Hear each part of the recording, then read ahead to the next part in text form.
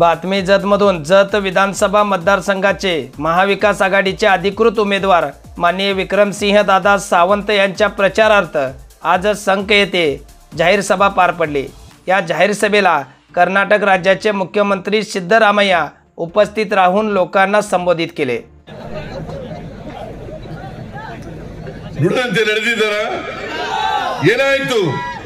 ನರೇಂದ್ರ ಮೋದಿ ಅವರು ಹೇಳಿದ್ರು 2014ರಲ್ಲಿ ವಿದೇಶದಲ್ಲಿ ಕಪ್ಪು ಹಣ ಇದೆ, ಅದನ್ನ ತಗೊಂಡ್ಬಂದು ಎಲ್ಲರ ಅಕೌಂಟಿಗೆ 15 ಲಕ್ಷ ಕೊಟ್ಬಿಡ್ತೀನಿ ಅಂತ ಹೇಳಿದ್ರು।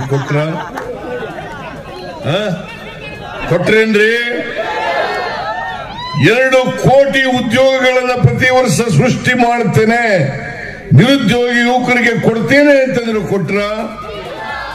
ರೈತರ ಆದಾಯ ದುಪ್ಪಟ್ಟು ಮಾಡ್ತೇನೆ, 1 ಲಕ್ಷ ಆದಾಯ ಬರ್ತಾ ಇದ್ರೆ 2 ಲಕ್ಷ ಮಾಡ್ತೇನೆ ಮಾಡಿದ್ರ? ಗೊಬ್ಬರದ ಬೆಲೆ ಇಳಿಸಿದ್ರ? ಆಹಾರ ಪದಾರ್ಥಗಳ ಬೆಲೆ ಇಳಿಸಿದ್ರ? ಪೆಟ್ರೋಲ್ ಬೆಲೆ ಇಳಿಸಿದ್ರ? ಡೀಸೆಲ್ ಬೆಲೆ ಇಳಿಸಿದ್ರ? ನರೇಂದ್ರ ಮೋದಿ ಅವರು ಹೇಳಿದ್ರು ಅಚ್ಚೇ ದಿನ ಹೀಗೆ ಬಂತ।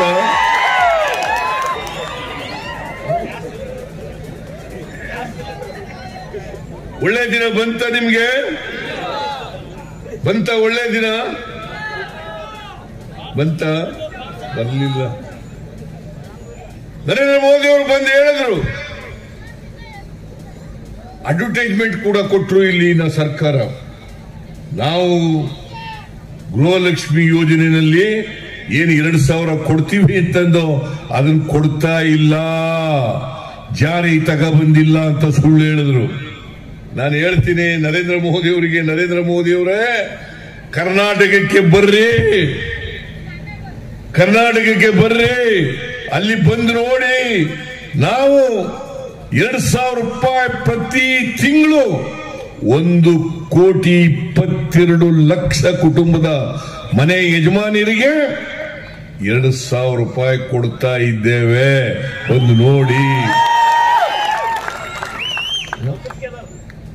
ಪಕ್ಕದಲ್ಲೇ ಇದೆ, ಪಕ್ಕದಲ್ಲೇ ನೀವು ಬಂದು ನೋಡಿ, ಬಿಜೆಪಿ ಅವರು ಬಂದು ನೋಡ್ಲಿ, ಶಿಂದೆ ಏಕನಾಥ್ ಶಿಂದೆ ಬಂದು ನೋಡ್ಲಿ, ನರೇಂದ್ರ ಮೋದಿ ಅವರು ಬಂದು ನೋಡ್ಲಿ, ನರೇಂದ್ರ ಮೋದಿ ಅವರು ಬಂದು ನೋಡ್ಲಿ। ನಾವು ಕಳೆದ ವಿಧಾನಸಭಾ ಚುನಾವಣೆಯಲ್ಲಿ 2023ರಲ್ಲಿ 5 ಗ್ಯಾರಂಟಿ ಯೋಜನೆಗಳನ್ನ ಕೊಡ್ತೇವೆ ಅಂತ ಹೇಳಿದ್ದು। ಶಕ್ತಿ ಯೋಜನೆ, ಗೃಹಲಕ್ಷ್ಮಿ, ಗೃಹ ಜ್ಯೋತಿ, ಅನ್ನಭಾಗ್ಯ, ಯುವ ನಿಧಿ। ನಾವು ಅಧಿಕಾರಕ್ಕೆ ಬಂದ 6-7 ತಿಂಗಳಲ್ಲೇ ಎಲ್ಲ ಯೋಜನೆಗಳನ್ನ ಜಾರಿ ಮಾಡಿದ್ದು, ಇವತ್ತು ಕೂಡ ಕೊಡ್ತಾ ಇದ್ದೇವೆ। ನರೇಂದ್ರ ಮೋದಿ ಅವರು ಹೇಳಿದರು, ಈ ಯೋಜನೆಗಳನ್ನ ಜಾರಿ ಮಾಡಿದ್ರೆ ದೇಶ ಉಳಿಯಲ್ಲ, ಕರ್ನಾಟಕ ರಾಜ್ಯ ಆರ್ಥಿಕವಾಗಿ ದಿವಾಳಿಯಾಗ್ಬಿಡುತ್ತದೆ ಅಂತಕ್ಕಂಥ ಮಾತುಗಳನ್ನು ಹೇಳಿದ್ರು। ಅಭಿವೃದ್ಧಿಗೆ ಹಣ ಇರಲ್ಲ ಅಂತೆಲ್ಲ ಹೇಳಿದ್ರು।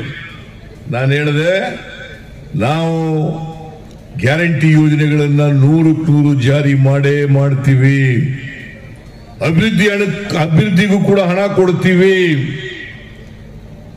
ಯಾವ ಕಾರಣಕ್ಕೂ ಕೂಡ ಕರ್ನಾಟಕ ರಾಜ್ಯವನ್ನ ಆರ್ಥಿಕವಾಗಿ ದಿವಾಳಿ ಆಗಲಿಕ್ಕೆ ಬಿಡಲ್ಲ ಅಂತಕ್ಕಂಥ ಮಾತುಗಳನ್ನು ಹೇಳಿದ್ದು। ಅದೇ ರೀತಿ ಇವತ್ತು 5 ಗ್ಯಾರಂಟಿ ಯೋಜನೆಗಳನ್ನು ಮಾಡಿದ್ದೀವಿ। ನಮ್ಮ ಕರ್ನಾಟಕದಲ್ಲಿ ಎಲ್ಲ ಮಹಿಳೆಯರು, ಕರ್ನಾಟಕದ ಜನಸಂಖ್ಯೆ 7 ಕೋಟಿ, ಇವತ್ತಿನವರೆಗೆ ಜೂನ್ 11, 2023ರಲ್ಲಿ ಜಾರಿಯಾಯಿತು ಶಕ್ತಿ ಯೋಜನೆ।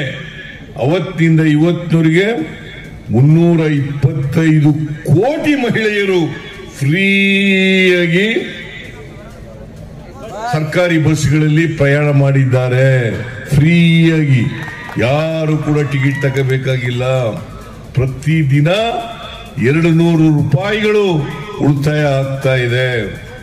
ಗೃಹಲಕ್ಷ್ಮಿ ಯೋಜನೆಯಲ್ಲಿ 1,22 ಲಕ್ಷ ಮಹಿಳೆಯರಿಗೆ, ಯಜಮಾನಿಯರಿಗೆ 2,000 ರೂಪಾಯಿ ಕೊಡ್ತೀವಿ। ಜೊತೆಗೆ ಗೃಹ ಜ್ಯೋತಿ 1,62,00,000 ಕುಟುಂಬಗಳಿಗೆ 200 ಯೂನಿಟ್ ವರೆಗೆ ಫ್ರೀ ಕರೆಂಟ್.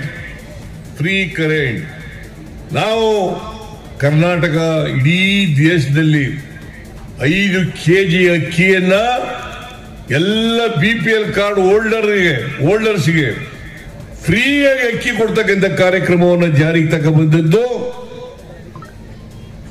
ಕಾಂಗ್ರೆಸ್ ಸರ್ಕಾರ. ಕರ್ನಾಟಕದಲ್ಲಿ ನಾನು ಮುಖ್ಯಮಂತ್ರಿ ಆಗಿರುವಾಗ ಈ ವರ್ಷ ಇನ್ನೂ 5 kg ಹೆಚ್ಚಾಗಿ ಕೊಡ್ತೀವಿ ಅಂತ ಹೇಳಿದ್ದು. ಅಕ್ಕಿ ಕೊಡ್ಲಿಲ್ಲ, ನರೇಂದ್ರ ಮೋದಿ ಅವರು ಅಕ್ಕಿ ಕೊಡ್ಲಿಲ್ಲ. ಅದಕ್ಕೋಸ್ಕರ 170 ರೂಪಾಯಿಯನ್ನು ಕೊಡ್ತಾ ಇದ್ದೀವಿ. ನಿರುದ್ಯೋಗಿ ಪದವೀಧರರಿಗೆ ತಿಂಗಳಿಗೆ 3,000 ರೂಪಾಯಿ ಕೊಡ್ತಾ ಇದ್ದೀವಿ. ಜೊತೆಗೆ ಡಿಪ್ಲೊಮಾ ಹೋಲ್ಡರ್ಸ್ಗೆ 1,500 ರೂಪಾಯಿ ಕೊಡ್ತೀವಿ. ಅದೇ ರೀತಿಯಲ್ಲಿ ಮಹಾರಾಷ್ಟ್ರದಲ್ಲೂ ಕೂಡ ಈ ಚುನಾವಣೆಯಲ್ಲಿ ಗ್ಯಾರಂಟಿ ಯೋಜನೆಗಳನ್ನ ಜಾರಿ ಮಾಡ್ತೀವಿ ಅಂತಕ್ಕಂಥ ಭರವಸೆಯನ್ನ ಕೊಟ್ಟಿದ್ದಾರೆ.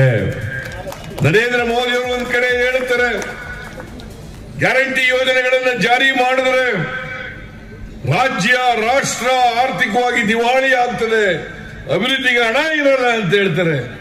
ಇನ್ನೊಂದು ಕಡೆ ಅವರೇ ಮಹಾರಾಷ್ಟ್ರದಲ್ಲಿ,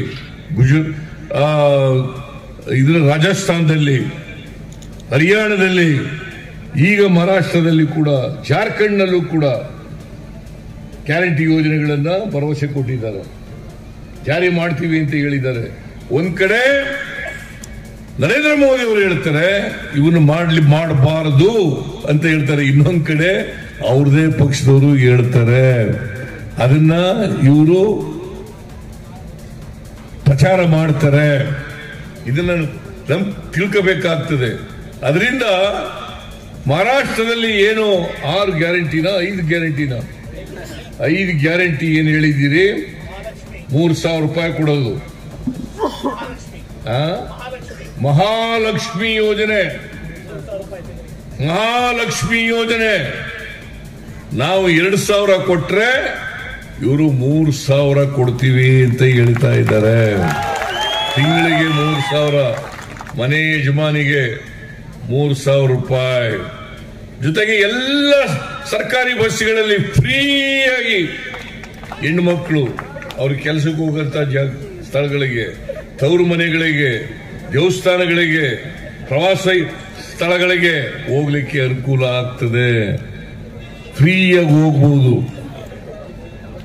ಆಮೇಲೆ 6 ಸಿಲಿಂಡರ್ಗಳನ್ನ 500 ರೂಪಾಯಿಗೆ ಕೊಡ್ತಕ್ಕಂಥ ಕೆಲಸವನ್ನ ಮಾಡ್ತಾ ಇದ್ದಾರೆ. 6 ಸಿಲಿಂಡರ್ಗಳು. ಯಾಕಂತಂದ್ರೆ ಮನಮೋಹನ್ ಸಿಂಗ್ ರವರ ಕಾಲದಲ್ಲಿ ಒಂದು ಸಿಲಿಂಡರ್ ಗ್ಯಾಸ್ ಬೆಲೆ 414 ರೂಪಾಯಿ ಇತ್ತು. ಈ ಪುಣ್ಯಾತ್ಮ ಬಂದ್ಮೇಲೆ, ನರೇಂದ್ರ ಮೋದಿ ಅವರು ಬಂದ್ಮೇಲೆ 1,000 ರೂಪಾಯಿ ಆಗ್ಬಿಡ್ತು. ಇವ್ರು ಮನೆ ಹಾಳಾಗ 1,000 ರೂಪಾಯಿ ಮಾಡ್ಬಿಟ್ರು. ಪೆಟ್ರೋಲ್ ಬೆಲೆ 71 ರೂಪಾಯಿ ಇತ್ತು ಮನಮೋಹನ್ ಸಿಂಗ್ ರವರು ಇರುವಾಗ. ಇವ್ರು ಬಂದ್ಮೇಲೆ